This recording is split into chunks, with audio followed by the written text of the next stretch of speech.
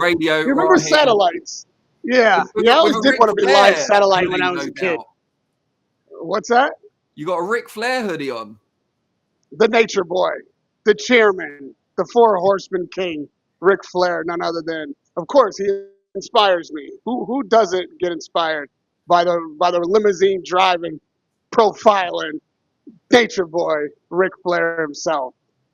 With a tear in my eye. I guess that makes you Bobby the Well, I'll Brain tell you what, Heenan. they could have called this card to be the man, you got to beat the man. This is definitely that kind of night come Saturday. So it's an appropriate aesthetic. So I was doing a bit of research, as I'm obviously widely known for, and there's three world titles on the line, 3 interim world titles on the line, and 1 undisputed title on the line. So you could say 7 world title fights might be a little bit of a stretch. But for my money, 5 or 6 of these fights on the last crescendo card could be qualified as 50-50 or thereabouts. Is it the best card ever? Is it the best card in your time following boxing, Raheem? Yes, it's the best card because from top to bottom, even if it isn't necessarily a 50-50 fight, it's not hard to imagine that either fighter wins. I would say probably Schofield's got the tallest hill to climb, but even that's not impossible. I would maybe liken it to Don King's Night of Heavyweights in New York. I believe that might go all the way back to 2004, something like that. But as far as also a consistent level, this is one of those kind of cards that is the product of all the rest of the Riyadh season shows. I mean that they built some of these fighters. We know Zhang because of Riyadh season, Kabe all the same, that he was able to bring in Shakur Stevenson for the first time, something that would have been thought not possible at the beginning of Riyadh season events. There's so much talent on the card and so much opportunity for somebody to shine, and there's not one single fight that you want to miss.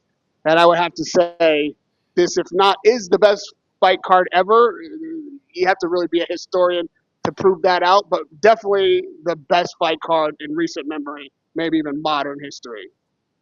So I was having a look through. Obviously, I came up in the early 90s, I suppose, in terms of getting into boxing in the first place. Not working in it. I'm not that old. Looks can be deceiving. And there's a Don King show.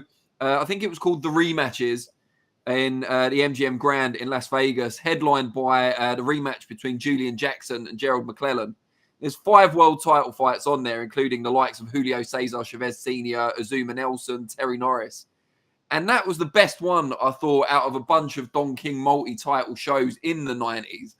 And even that probably pales a little bit in comparison to what we're going to see on Saturday night. I mean, we don't know if every fight's going to be a banger, of course, on the night, but certainly on paper. And as you say, Floyd Schofield, the biggest mountain to climb, but still, it's not beyond the realms of possibility that you can imagine Sunday morning waking up with him as the new world champion. You spoke to Floyd Schofield today, and I watched the interview about an hour ago, and his calm, his composure really impressed me, considering not only is he a massive underdog, but it's his first time on anything like this level of event. How impressed were you by that, and does that give you more confidence in him against Shakur?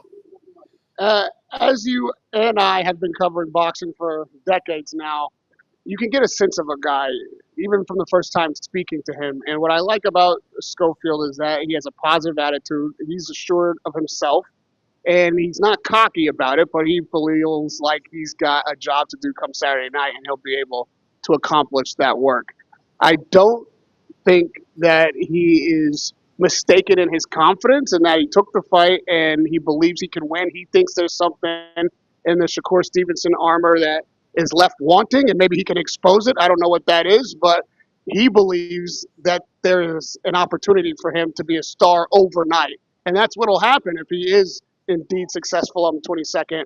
It is a tall order. He's probably the least known name, even here in Riyadh, because all of these other fighters have fought on the card previous or have bigger names. But he would be the biggest standout, I would say, in America if he were to make this upset. Like, if there was anybody to win on Saturday night and get a huge amount of attention from the American fans, it would be Schofield. Yeah, I mean, it's a great show, top to bottom, headlined, of course, by the rematch between Beterbiev and Bivol. And I saw also your interview with Israel Madrimov, where he was kind of giving some advice to Bivol about how to make sure he gets the win on the scorecards this time around. And he said it was very small margins. He said all that needs to happen really for Bivol is to attack a bit more in those last few rounds. He took his foot off the gas a little bit at just the wrong time. Is that how you kind of weigh it up as well, Raheem, that, you know, that it is incredibly fine margins in that fight? Yeah, that's conventional wisdom. Even on the night, the first fight, most people who did believe Beterbiev won thought he won it in the final championship rounds. Thought that if Bivol had stepped on the gas or been consistent late and able to at least put a good showing on in the last 3 rounds, that it would not have been a fight they could take from him. It's on my fight card a unfair outcome in the sense that I don't score rounds based on my most recent emotion. And I had Bivol having banked enough rounds early to have edged the fight. I don't call it a robbery. However, I did have Bivol winning, and I wasn't waffling on that. I didn't even have a draw. I was like, Bivol won this fight. I could see it being a draw, but that wouldn't have been my result on the card. So yes, fighting at a faster pace, more effectively late, is something that if it gets to those later rounds, people have to be conscious of. But at the same time, I think it would be a mistake for him to overthink it. Like, go in there, do what you did last time better.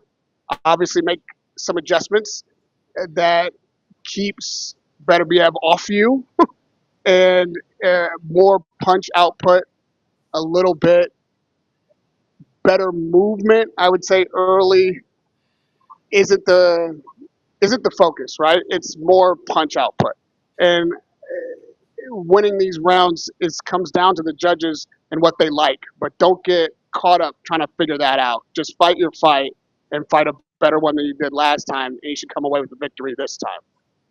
And talking of tactics, I've got one more for you, Raheem, before we let you go, because we know you're incredibly busy over there. But we got one of the chats here from Cuss's System. That's our friend Dennis. He said, love Radio's interview with Andy Lee. Managed to get details of tactics from the Parker team. And that's kind of what I wanted to ask you. Do you feel that Andy Lee was being completely on the level? Because he offered you a level of detail in that strategy that we don't normally see from trainers so close to a huge fight.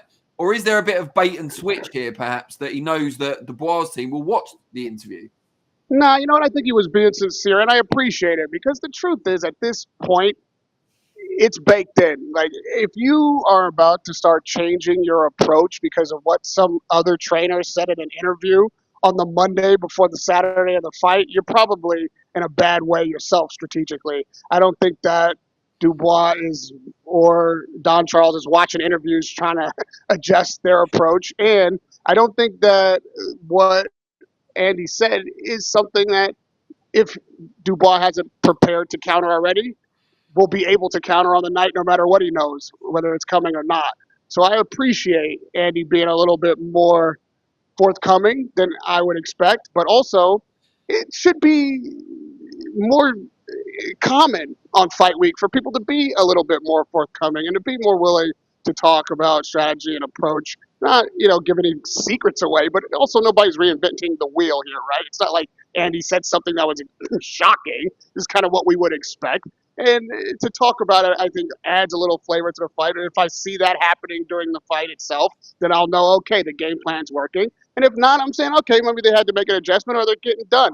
This is the kind of thing that makes the fight more exciting and also gives us something new to talk about during fight week. So good on Andy. I hope he starts a new tradition, starts a new normal, because I don't think he's losing anything from the team for having said that, and it gives us something more to talk about, give us a little bit more knowledge than we would know otherwise. So yeah, I appreciate him saying that. And if Andy wants to make that new normal exclusive to Seconds Out, we would not complain. I think that's fair. We'll check in with him on the Monday of every fight in the week and make sure he Yeah. only says it to us. Even And if then we'll he's keep it to fighting ourselves. Brilliant. I hope that we hear more of that from the fighters and the trainers themselves. Like, come on, guys, we're a few days out. Give us something a little bit new. Fingers crossed. Raheem, really appreciate it. I know you want to go off and get some more big-time interviews. We'll look forward to seeing that for the rest of this fight week here on Seconds Out. But thanks for joining us, and let's catch up soon. I'll be tuning into you fellows for the rest of the show. Thanks for having me on, and I'll try to keep bringing you some more content before you're done.